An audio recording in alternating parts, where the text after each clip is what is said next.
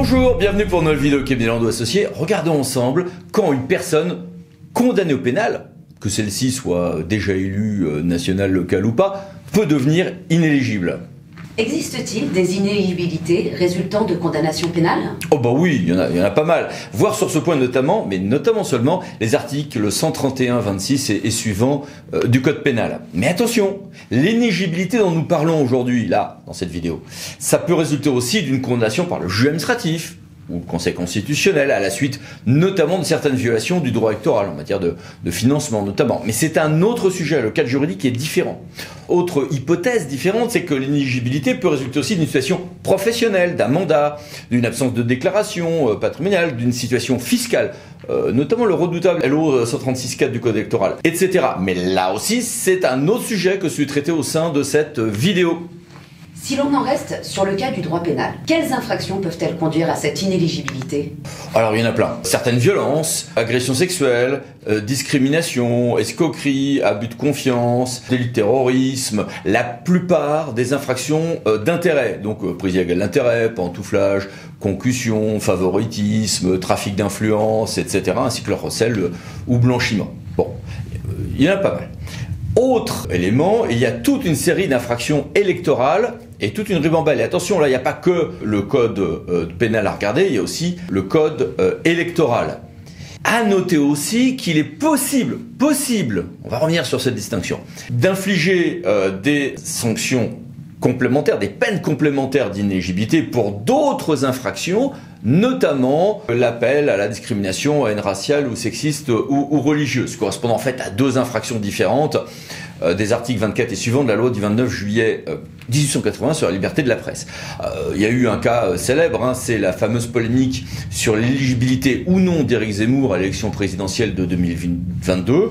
Précisons que ce candidat était bien éligible car il avait été condamné, mais sans que le juge ait infligé cette peine complémentaire. Un autre candidat à l'élection présidentielle avait dit que il fallait modifier la loi en urgence. Ben non, on ne veut pas modifier la loi pour appliquer une éligibilité sur une condamnation passée. Ça n'aurait pas été possible. Il y a un exemple là-dessus. Un maire a été ainsi condamné pour provocation à la haine envers les Roms. En l'occurrence, il avait regretté, après un incendie, que les secours soient venus trop tôt. Donc il en était résulté une peine complémentaire d'inéligibilité pour une période d'une année qui avait été validée par la Cour de cassation, chambre criminelle. Car ce n'est pas automatique. Et oui, ce n'est pas réellement automatique. Je m'explique. Pour certaines infractions, comme en délit de presse, qu'on vient de voir, c'est une peine complémentaire que le juge peut décider d'infliger, ou pas. C'est même pas prévu par défaut. Et puis, il y a toute une liste qui est notamment dans le 3 de l'article 131, 26.2 du Code pénal, où là, c'est pas une automaticité, mais c'est prévu par défaut. Vous voyez, c'est en mode par défaut. Ces peines complémentaires d'inéligibilité s'appliquent de plein droit, mais par une décision motivée. Expressément, donc, le juge peut décider de ne pas prononcer cette peine complémentaire en considération des circonstances de l'infraction et de la personnalité de son auteur, nous précise le Code pénal. Ne pourrait-on pas rendre ces peines carrément automatiques? Eh ben non, et c'est pour ça d'ailleurs qu'on a cette formulation de quasi-automatique. Ouais, mais le juge peut décider de ne pas l'appliquer. Pourquoi? Parce que le Conseil constitutionnel a décidé, notamment dans sa décision du 11 juin 2010, mais c'était répété ensuite en 2017 au sujet des lois sur la confiance en la vie politique, c'est la post-affaire Fillon, qu'une telle automaticité serait contraire à l'article 8 de la Déclaration des droits de l'homme et du citoyen. Il n'est pas rare d'ailleurs de dire que ça serait contraire aussi à la CEDH.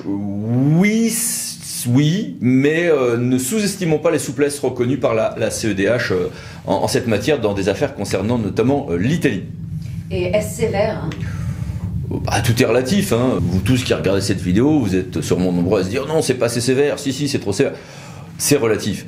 Mais quand on voit l'ampleur dans la liste de ces infractions de délits qui peuvent être commis en réalité par inadvertance, je pense à certains cas de prise illégale d'intérêt ou même de favoritisme, quoi qu'on dise, oui, c'est sévère. Mais en même temps, il est certain que le peuple français a besoin d'une plus grande confiance dans ses dirigeants et élus. Donc, sujet délicat.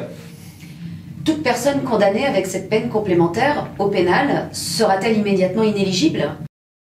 C'est là que ça se complique. Quand quelqu'un est condamné au pénal, l'appel est suspensif, contrairement à ce qui se passe pour la plupart des procédures en droit administratif. Donc la personne condamnée qui a formé appel ne sera du coup condamné qu'après appel, puisque la première instance est suspensive. Oui. Et donc dans ce cas-là, s'il y a inéligibilité, ça sera qu'au lendemain de la décision de la cour d'appel, s'il y a eu appel. Mais, le juge de première instance, donc s'agissant d'un délit, le tribunal correctionnel, peut décider de prononcer ce qu'on appelle l'exécution provisoire.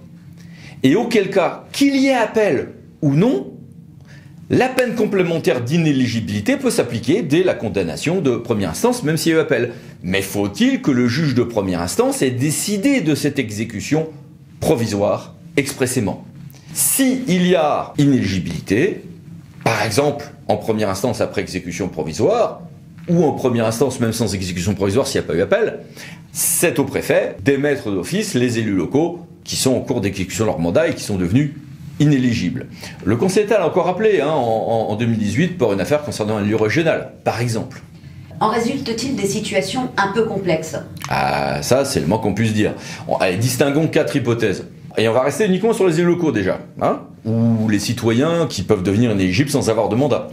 Première hypothèse, le juge de première instance condamne pas à l'inéligibilité. Il y a appel. On attend la décision d'appel pour savoir s'il y aura condamnation et avec ou pas la peine d'inéligibilité. Bon, ça c'est la solution facile. Deuxième hypothèse, le juge de première instance condamne à l'inéligibilité, mais sans dire qu'il y a exécution provisoire. L'élu forme appel. Il y a inéligibilité, mais il y a appel. L'appel est suspensif, donc on va attendre la décision de la cour d'appel. Voilà. Et on tranchera, on verra s'il y a inéligibilité ou pas, au lendemain de l'arrêt de la cour d'appel, avec éventuelle démission d'office s'il y a inéligibilité. Et là, ici, plus question d'exécution provisoire ou pas. L'arrêt de la cour d'appel s'applique et un éventuel pourvoi en cassation n'est pas suspensif. Je simplifie pour le pourvoi en cassation. 3. Si le juge de première instance condamne à l'inéligibilité, comme dans l'hypothèse précédente, sans exécution provisoire, comme dans l'hypothèse précédente, mais que l'élu, cette fois-ci, ne forme pas appel, il y a inéligibilité. Il n'y a pas d'appel, il y a inéligibilité. Si l'élu est encore titulaire d'un mandat, il y a une démission d'office par le préfet pour un élu local, Et puis quatrième hypothèse, le juge de première instance condamne à l'inéligibilité, avec exécution provisoire, c'est le plus fréquent. Dans ce cas-là, il y a une inéligibilité immédiate. Donc démission de l'élu d'office par le préfet s'il est encore titulaire d'un mandat local, par exemple. Restons sur ce dernier cas. Le juge de première instance condamne à l'inéligibilité avec exécution provisoire. La personne devient donc inéligible, même si elle fait appel. Oui, c'est exactement ça. Et peut en résulter d'ailleurs une situation ubuesque. Et puis il y a un petit bémol quand même, s'agissant des parlementaires. Une situation ubuesque, dites-vous? Eh oui. Imaginez, vous êtes élu. Bien. Vous êtes condamné en première instance, avec inéligibilité en peine complémentaire et exécution provisoire. Vous formez appel. Mais, comme on vient de le voir, le préfet va vous démissionner d'office de votre mandat de, de maire d'une commune quelque part. Bien. Mais à hauteur d'appel, vous avez peut-être gagné votre procès, vous allez peut-être être blanchi. On va peut-être dire que finalement, vous n'avez rien fait de mal. Mais entre-temps, vous avez été démissionné d'office. Alors on peut se dire, alors est-ce que du coup, la démission d'office décidée par le préfet était peut-être après coup illégale? Non, parce qu'au jour où le préfet a pris sa décision, c'était légal. Donc on peut se retrouver avec quelqu'un blanchi à hauteur d'appel, mais qui était viré de son mandat local et qui ne retrouve pas son mandat local parce que la démission d'office à la date où le préfet l'a prise était légale en l'état de ce qu'était la procédure pénale. C'est ce qu'a récemment confirmé le Conseil d'État en 2019 pour un élu polynésien. Et ça peut même arriver pour un élu condamné à hauteur d'appel sans la peine complémentaire d'inéligibilité ou relaxé à hauteur d'appel. Ce qui était le cas pour cet élu polynésien qui avait été condamné quand même à hauteur d'appel mais sans inéligibilité, peu importe, validité de la démission d'office. Et il en va différemment des parlementaires, avez-vous aussi précisé, c'est-à-dire? Eh bien oui, ça fait partie des domaines où ce que dit le Conseil d'État n'est pas la même chose que ce que dit le Conseil constitutionnel. Le Conseil d'État nous dit, on vient de le voir pour cet élu polynésien, l'arrêt de 2019, on applique la décision de première instance, s'il y a exécution provisoire, même s'il y a appel, l'élu va être démis de ses mandats, point, nous dit le Conseil d'État, et puis peu importe ce qui sera tranché ensuite à hauteur d'appel, c'est comme ça. Le Conseil constitutionnel a un autre point de vue. Le Conseil constitutionnel, ça fait beaucoup de bruit dans l'affaire de Jean-Noël Guérini en 2021. Le Conseil constitutionnel a dit que s'il s'agit d'un parlementaire, tant qu'on a l'affaire pénale en cours, donc même s'il y a exécution provisoire, L'appel est suspensif et l'élu garde son éligibilité, en tout cas, nous dit le Conseil constitutionnel. Pourquoi cela ? Le Conseil constitutionnel n'a pas eu la bonté de nous dire pourquoi. Il n'a pas été très explicite. Alors, on va supposer que ce n'est pas par méfiance envers l'attitude du juge de pénal de première instance. Il serait inconvenant d'en émettre l'hypothèse. Mais on va dire que c'est sans doute au nom de la séparation des pouvoirs. Mais il eût été agréable que le Conseil constitutionnel nous précisât pourquoi.